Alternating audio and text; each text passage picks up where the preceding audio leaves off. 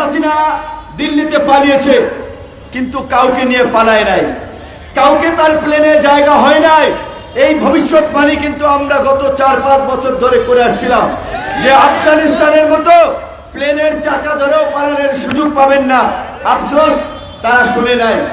কি হবে টাকা দিয়ে? আজকে সালমান এফ রহমানের মতো এত হাজার হাজার কোটি টাকার মালিক, কয়েক লক্ষ কোটি টাকা শেয়ার বাজার থেকে ব্যাংক থেকে লোপাট করেছে।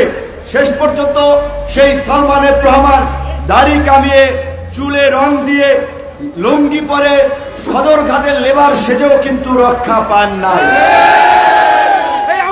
সন্ত্রাসীরা হুঁশিয়ার সাবধান, শেখ হাসিনার সন্ত্রাসীরা হুঁশিয়ার সাবধান, আওয়ামী লীগের সন্ত্রাসীরা হুঁশিয়ার সাবধান, বিপিনুর ভয় নাই, রাজপথ ছাড়ি নাই, রাজপথ ছাড়ি নাই, বিপিনুর ভয় নাই। সালমান এফ রহমান পায় নাই, দুর্দান্ত প্রতাপশালী আইনমন্ত্রী পায় নাই, ডিজিটাল ক্র্যাকডাউন চালানো জুনায়েদ আহমেদ পলকরা পায় নাই, কেউ রেহাই পাবে না।